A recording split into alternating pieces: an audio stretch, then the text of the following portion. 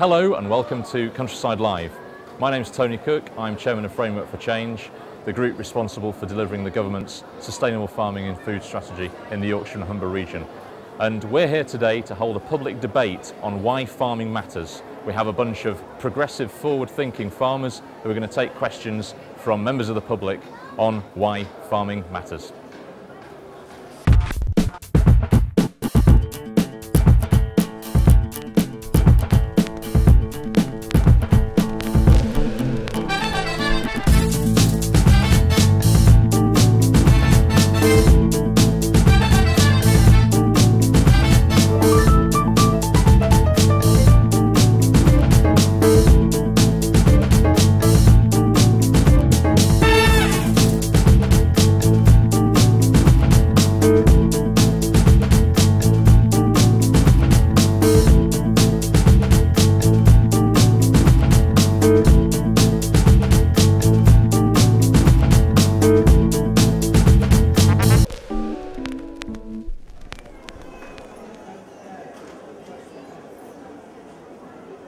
Rita then is the first person on our panel. She is from Ladies in Pigs.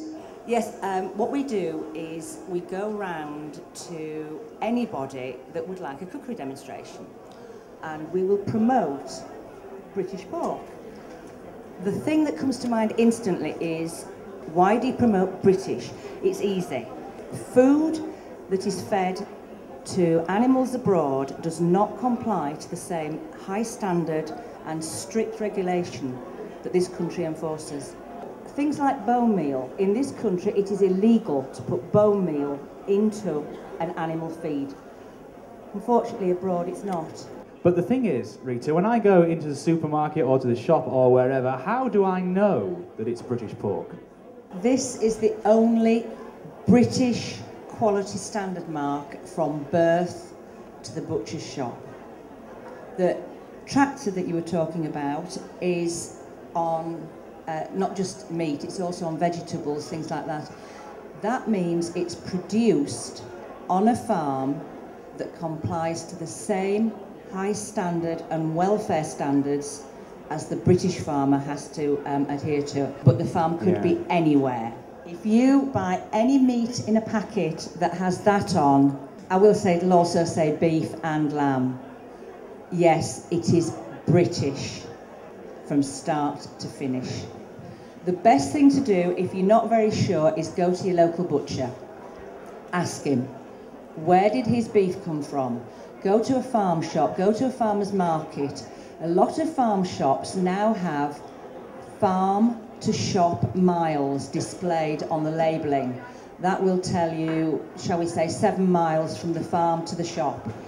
The animal lived 7 miles away before it came to the shop. So look for the quality standard mark. Right, this is Tony Cook, who's the chairman of Framework for Change, which we're talking about today, but you also run a farm which is known as a leaf farm. Correct, yeah. LEAF stands for Linking Environment and Farming, and it's a charity that was set up about 15 years ago to try and promote environmentally responsible farming practices. It's not organic, it's not conventional, it's a hybrid, if you like, between the two, picking the best of both, the best of modern practices, but also the best of traditional practices as well. A good example, something which people always wonder what the heck it is something called a beetle bank.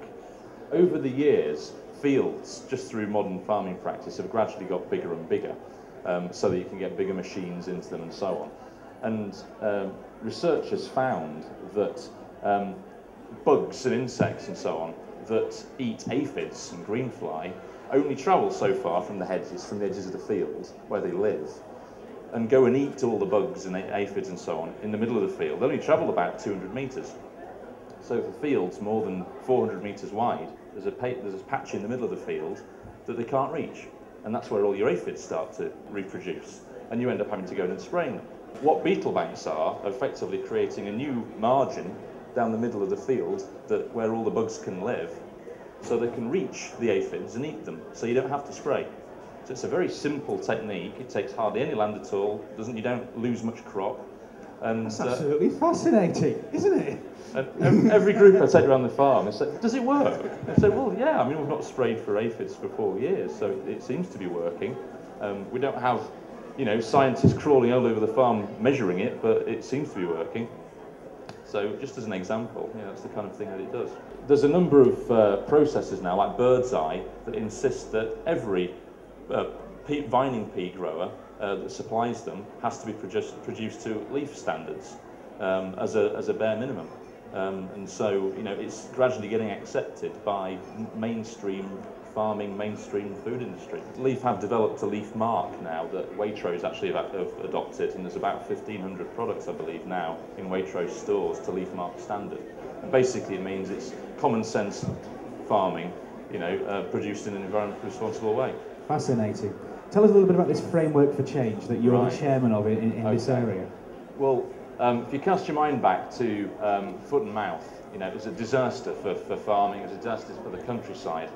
And in the aftermath of that, the government decided that something needed to be done to try and work out what the best course of action was for the farming industry, but also for the countryside, and how government relates to the farming industry. And so it set up a review nationally, and what came out of that was a recommendation for each region of the country to have its own group, a coalition if you like, a partnership made up of people from government and Yorkshire Forwards of the world, but also from the farming industry, to work in partnership together to try and decide what the best course of action was for a more sustainable future. And that's what Framework for Change is. It's a big partnership of lots of organisations trying to do some good.